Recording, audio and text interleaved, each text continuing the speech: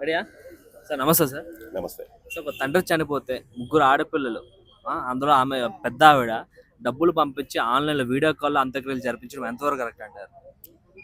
ఆ వీడియో నేను కూడా చూశాను. చాలా బాధపడ్డాను. ఇంత దారుణం అయిపోయిందా బంధుత్వం అనిపిస్తుంది.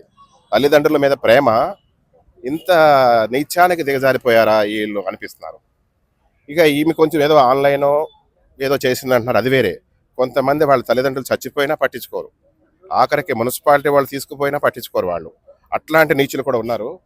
కానీ ఒకటి తెలుసుకోండి, తల్లిదండ్రులు మన కోసం నవమాసాలు తల్లి మోసి తండ్రి తప్పటడుగులు నేర్పి గోరుముద్దలు తినిపించి అల్లారు ముద్దుగా అన్నీ నేర్పి చదివిపించి విద్యాబుద్ధులు నేర్పించి ఉద్యోగాలు ఇప్పించి మీ జీవితానికి ఏంటి ఎవరో ఒకరికి అంటగట్టి పెళ్లి చేస్తే ఇవాళ రోజు మీరు ఎక్కడో ఉండి ఆన్లైన్లో అంత్యక్రియలు ఏంటమ్మా?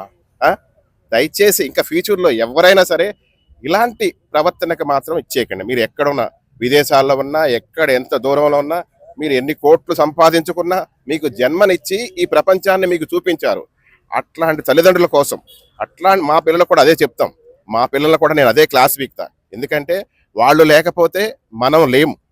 కనుక మీరు ఎక్కడున్నా సరే తల్లిదండ్రులు ఆ పరిస్థితి, వాళ్ళ ప్రాణాలు పోయే టైంలో కూడా మనం లేకపోతే ఎట్లా? దగ్గరుండి వచ్చి వాళ్ళ కార్యక్రమాలన్నీ అంత్యక్రియలు కానీ వాళ్ళకి ఏముంటాయో, వాళ్ళ కోరికలు ఏముంటాయో, మన కోరికలన్నీ తీర్చిన వాళ్ళు. దయచేసి తల్లిదండ్రులు ఎక్కడున్నా ఏ ప్రాబ్లంలో చాలా పరిస్థితులు ఆ దినాలు అట్లాంటి కార్యక్రమం సాగు బతుకుల్లో కానీ ప్రాబ్లమ్స్లో ఉన్నప్పుడు వాళ్ళని మనం కాపాడాలి, రక్షించాలి. కొన్నాళ్ళు మన ఎలా చూసుకున్నారు, చిన్నప్పుడు అల్లారు ముద్దగా ఎంత ప్రేమగా చూసుకున్నారు.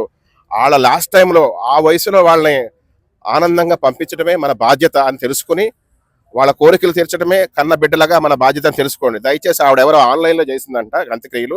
అట్లాంటి మళ్ళీ ఇంకెప్పుడు ఎక్కడ ఇలా జరగొద్దు.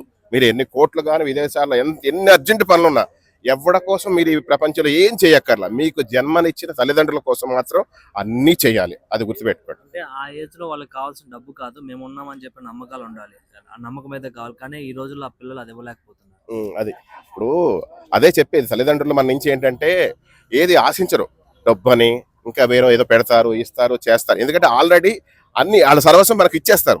ఇచ్చి పెంచినప్పుడు కేవలం అంత్యక్రియలు కూడా దగ్గరకు వచ్చి చేయలేని పరిస్థితిలో ఈనాడు యువత ఉందంటే మారండి.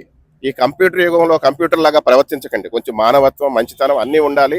దగ్గరకు వచ్చి ఇట్లాంటి ముఖ్య కార్యక్రమాలు నెరవేరిస్తే వాళ్ళ ఆత్మకు శాంతి ఉంటుంది. అలాగే మన మనస్సాక్షికి కూడా ఒక అర్థం ఉంటుంది.